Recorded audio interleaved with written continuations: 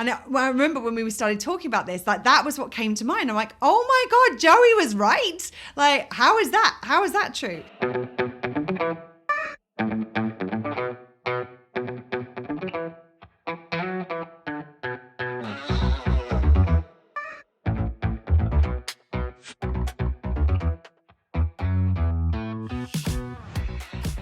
Hello, hello, hello, and welcome to Well Shit. It really is that simple. I'm Claire. And I'm Serena. On this podcast, we help you to understand about your 12 universal needs, why they are currently not being well met, how to meet them in ways that work for you, and how to consistently do so in quick, easy, and simple ways that fit seamlessly into your life. We'll also help you to understand how doing so will have a positive ripple effect in literally every area of your life. If you like what you hear, come and join the conversation in our Facebook group. And enjoy the show. Hello, hello, hello. Hey, everyone. So how are we doing today? We're doing good today. Yeah? Got a little bit of a late start, which is a first. Oh, that never happens. Never, ever, ever. No.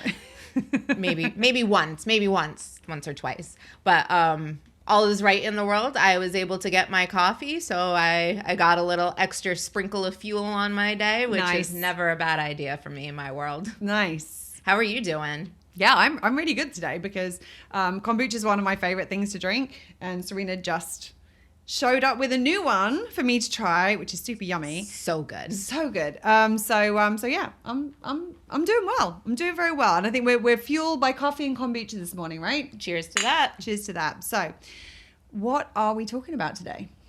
Well, today we are talking about one of our favorite topics, self-first. Now, a lot of times when we get into this topic, we ask the question, is it better to be selfish or selfless?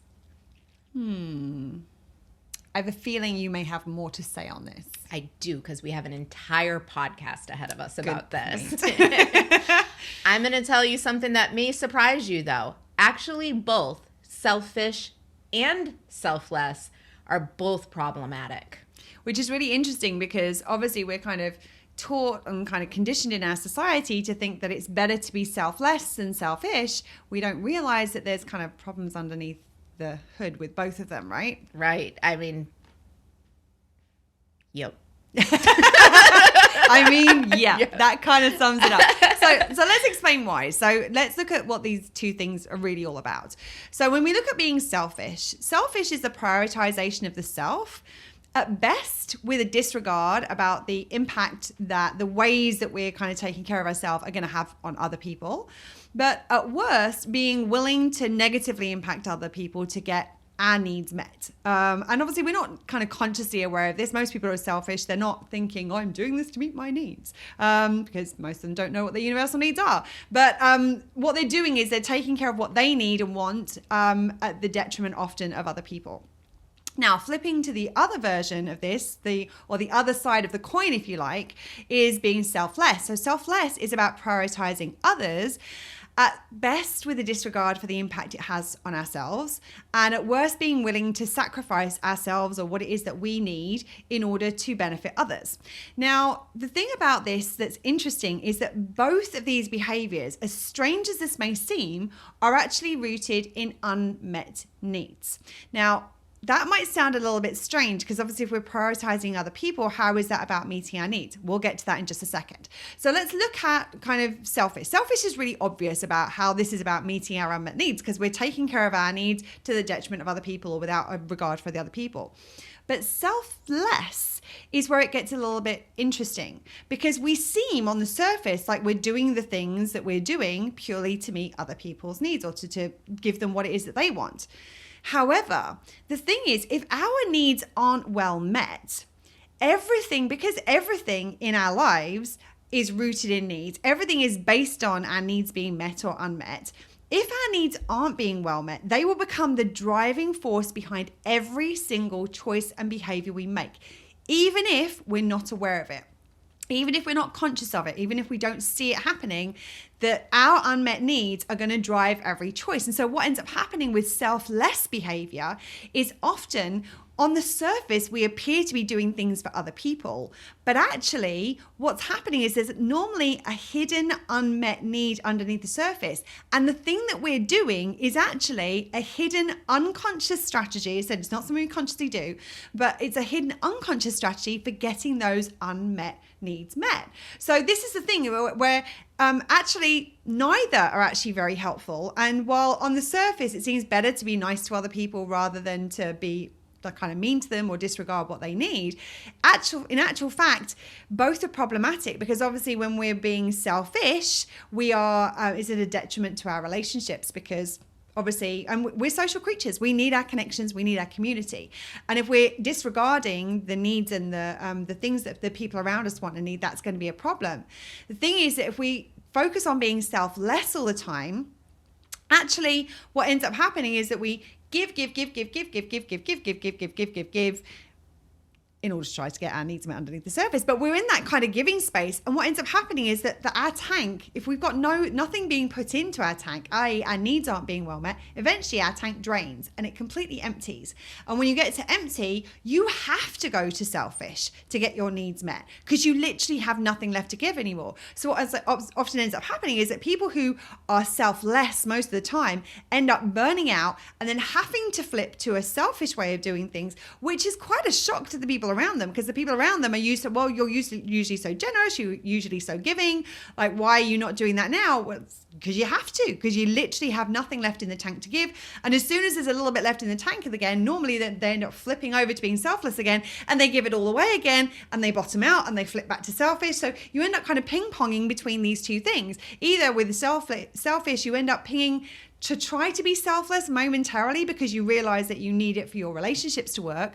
Or if you're selfless, you ping to selfish because otherwise your tank gets empty and there's nothing left to give.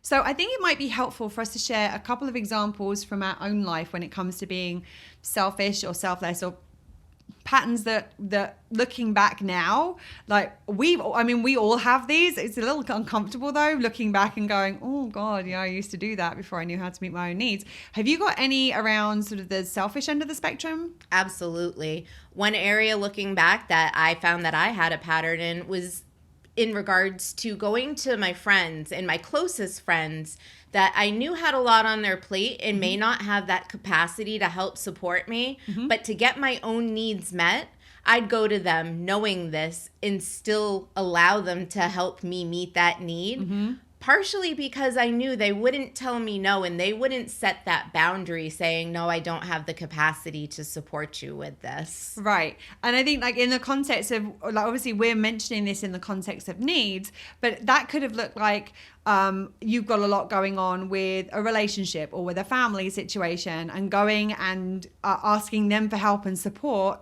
at the time when you knew they really didn't have anything to give, right? Absolutely. Yeah. And it's interesting. Like, I mean, I remember an example from my own life, and going back to an ex-boyfriend of mine from many years ago. And if I was having a hard time, if I was frustrated, if I was angry, I would end up taking it out on him. I would shout, and like I would almost engineer an argument, and then I would use that argument as the outlet for expressing how I was feeling about the anger, often when it had nothing to do with him. He wasn't even involved with the situation that I was angry about, and that what I was doing is obviously I was meeting my need to vent how I was feeling, to express how I was feeling, but I was doing it in a way that it was going to negatively impact him. And then as a result of that, because it negatively impacted him, it actually eroded our relationship. That impacted the relationship. And because obviously I'm part of the relationship, that impacted me. So here's this thing where I'm doing this thing to take care of one of my needs.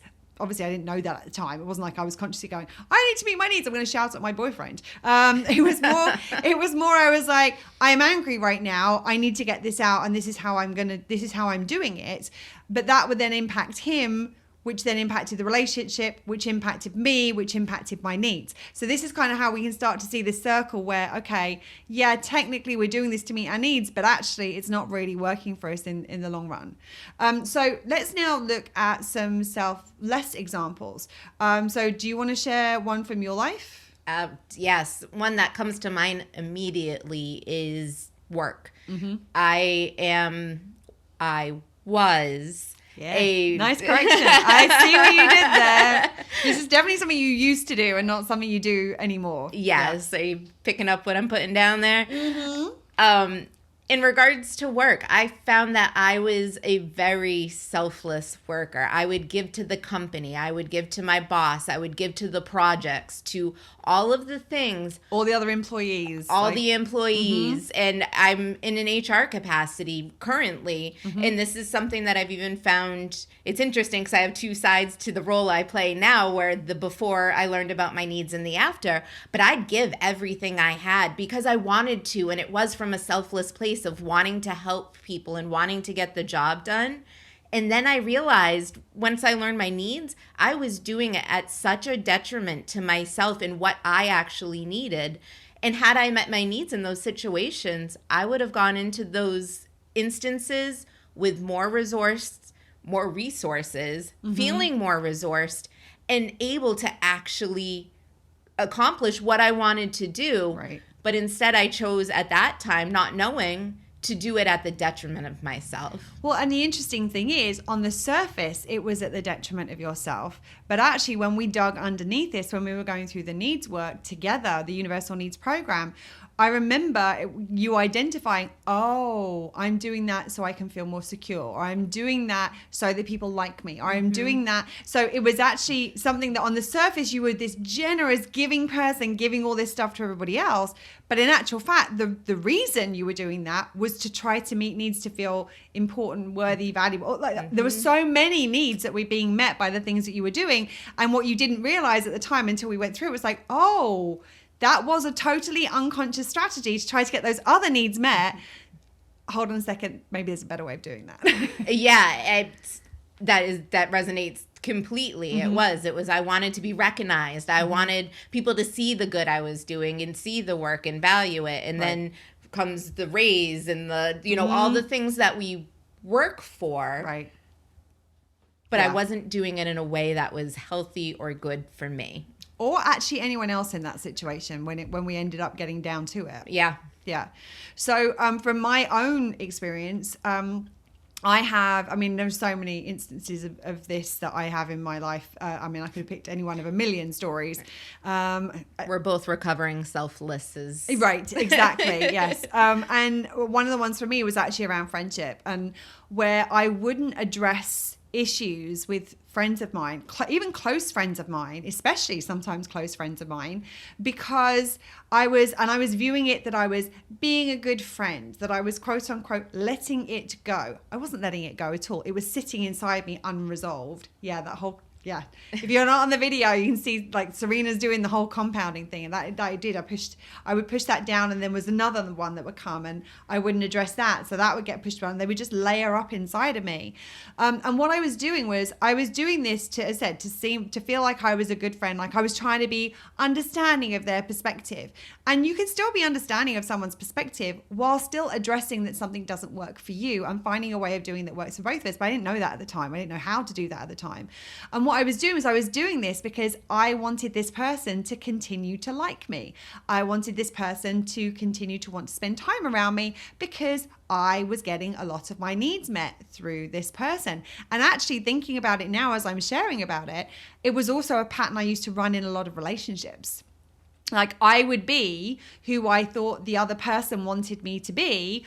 I was being selfless. I was meeting all of their needs. I was thinking about them completely to the detriment of myself, and actually sometimes losing myself completely in the process because I was getting my needs met through that relationship. So I was sacrificing myself in order to get that relationship to stay, to try to get the needs met that the relationship was meeting. But the thing was, because it was impacting me, it was negatively impacting the relationship, which was negatively impacting the other person, which was then negatively impacting me, etc., etc. I think you see the pattern here. There's a common pattern that happens in these situations.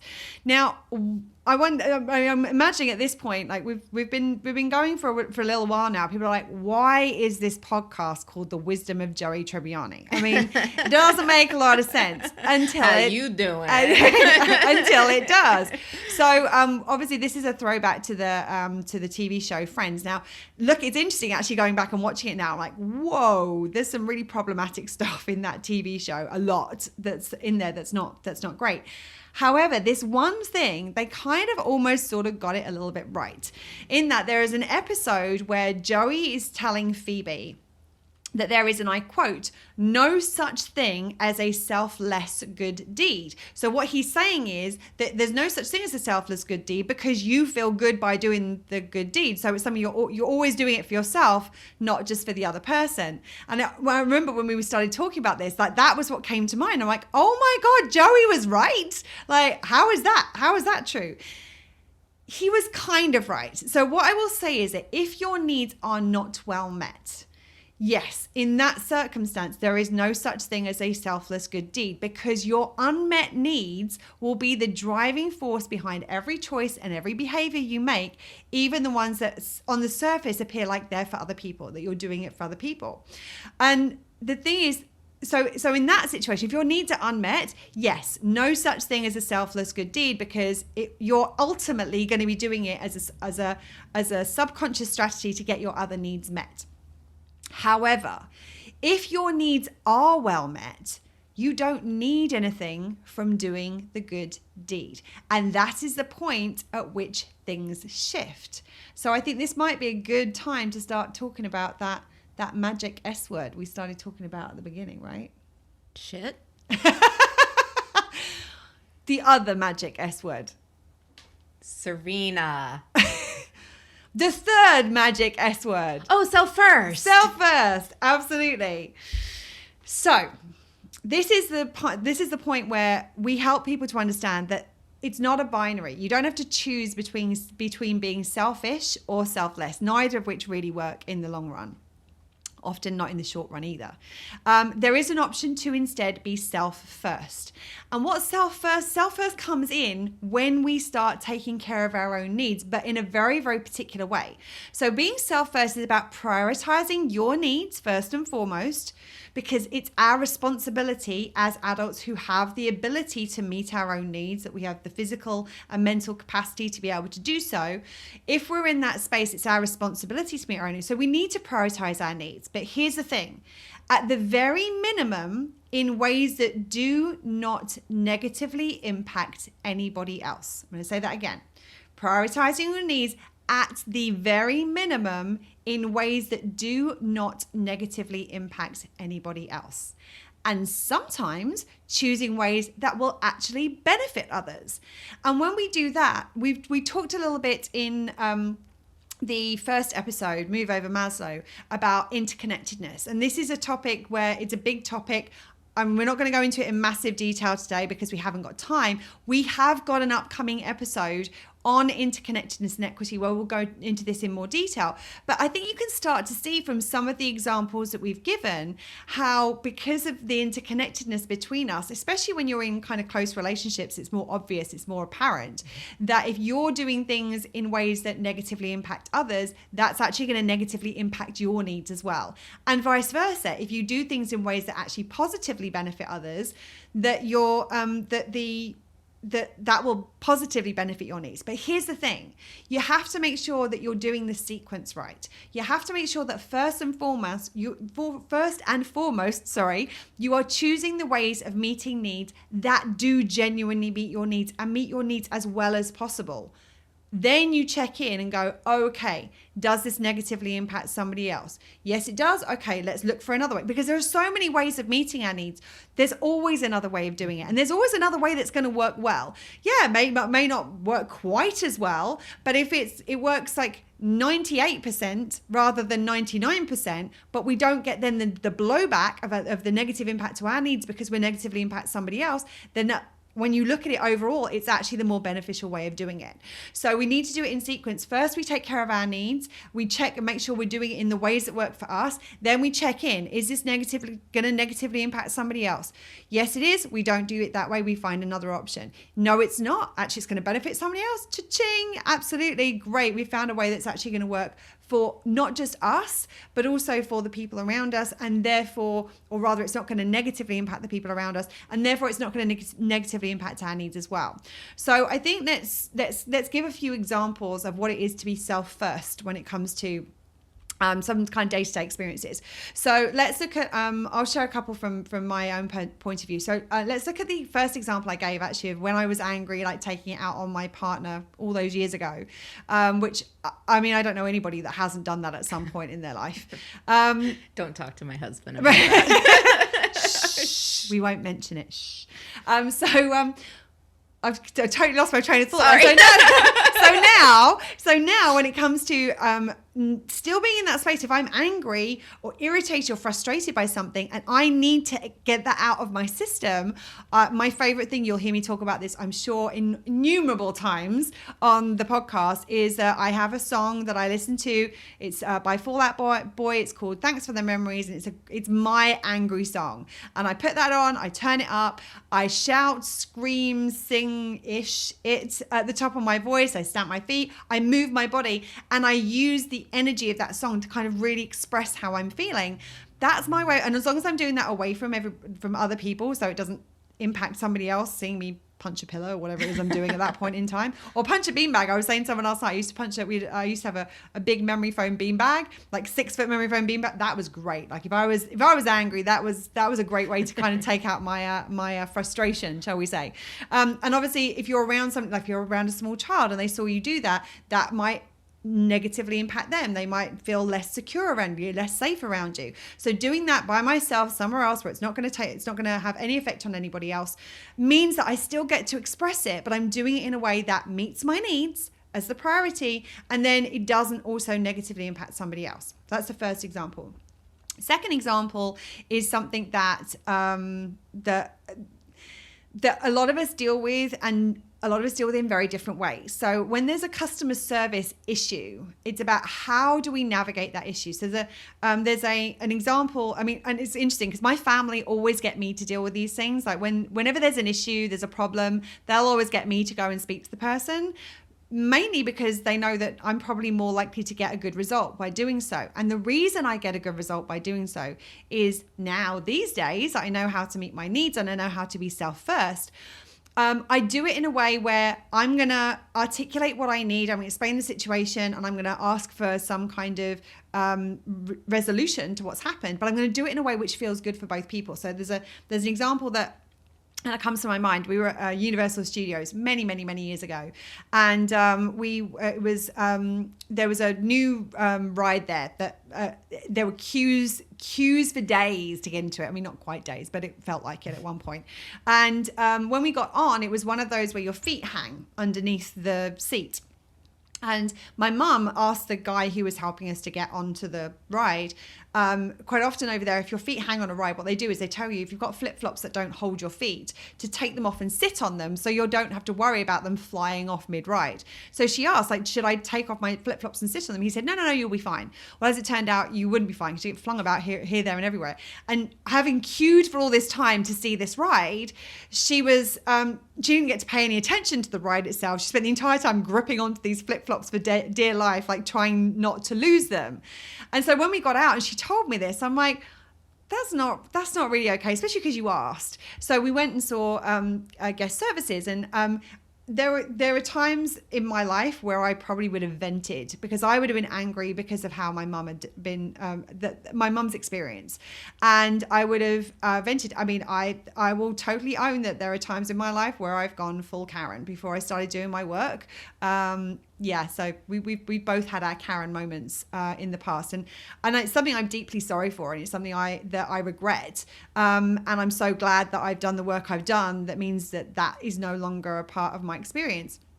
But I remember going and speaking to them and saying, look, here's the situation. And I remember saying to the person, look, I know this isn't your fault personally. Here's the situation. This is what our experience was. This is where we're at. Is there anything you can do to help us out with this? And obviously, I'm saying things like I know you want your guests to have a great experience. And this really took the shine off our day after a really long queue. And she did ask the guy, and she didn't get a supportive answer that actually told her what she needed to know.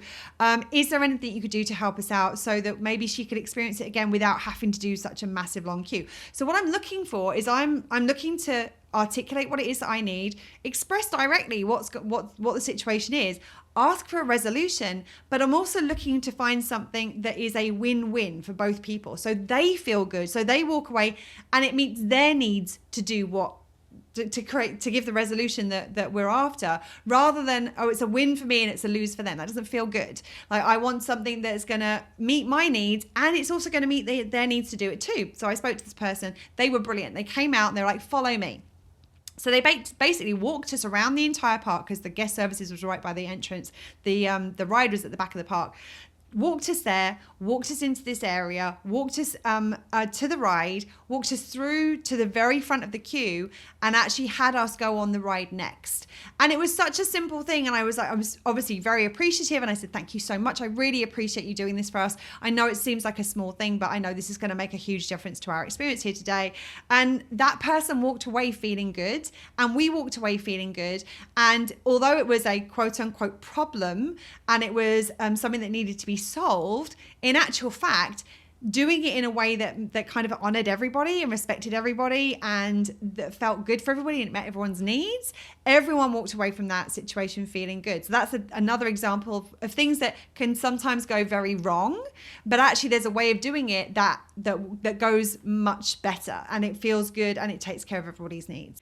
So have you got any experiences where you can identify like that you've become self-first, a way that you can see the benefit that it's had to you? Absolutely. One of the areas that really resonates with me when I look back from where I was to where I am is family dynamics. Mm-hmm. When my grandmother was in her last few months of life, I knew I needed to go and see her. She lived 10,000 miles away in Massachusetts.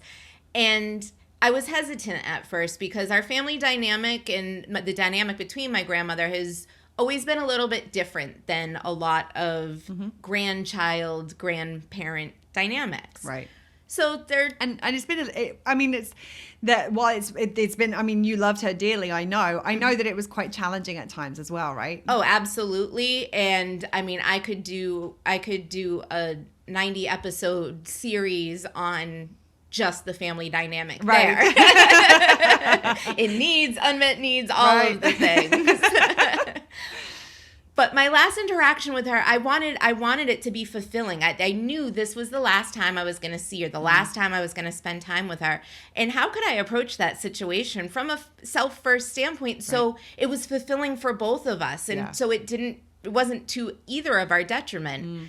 And the simple things I was able to do to change what normally would have been a selfish, selfless ping pong throughout the interaction, I was able to come in at a self-first perspective where I knew being in the household with her for days on end, eventually being with anybody for that period of time, there's going to be little things and there's stuff in the situations. Right. We're saying to everybody who's been in lockdown, so everybody can relate to this. Everyone knows what it's like to be locked down with somebody or to be in a house with somebody for a long period of time. Especially where you don't have a flow, a usual flow. Yeah. So the first thing that I did that made, I believe, the first big impacted difference is I stayed with a friend, because I always had to balance my family time and my friendship time when I travel back home. And I'm like, this is perfect. So when I go to the house, I'm going just to see her, just to spend time, just to savor those moments. Right. And I thought, when would work for me? Right. Okay, this time will work for me. Will it work for her? Oh, if I go at this time, it's going to be in the middle of lunch, and that's going to create this dynamic. I can wait an hour. She'll be ready. I'll be ready. And when I went into the situation with that mentality, with that perspective of what's going to work for both of us, the interaction was so easy. It was so enjoyable. And I left and I was able to feel full. Right. And I look back on that memory and that last moment, which I was very apprehensive about. Claire knows, because I was going through the deep dive at that point. Yeah. And I look back and I'm like, yeah, that felt good. And obviously I know that since that time she has passed, and I know how grateful you've shared that you were able to go and do it in that way, that you got to have those moments with her in that way that felt good for you, that you knew it felt good for her, and that's kind of a lasting memory you get to carry forward because of learning how to be self-first, right? Yeah. I mean, I can't imagine thinking back if I had followed my same patterns, like that feeling that I'd carry for the rest of my life. And being self-first allowed me to, I mean, I can smile when I talk about it instead of, yeah. that didn't feel good. No, I'm so glad. I'm so glad. I mean, as your friend, obviously first and foremost, but even just from the universal needs work perspective, like, I'm so glad that it gave you that gift, that you were able to create that moment, because so many people have those final moments of people that don't kind of follow that way of and that's not the experience they have. And obviously some people don't have any say over that. We don't have a choice over that. But I love that you were able to create that for both of you in that moment that you knew was going to be your last. So that's beautiful.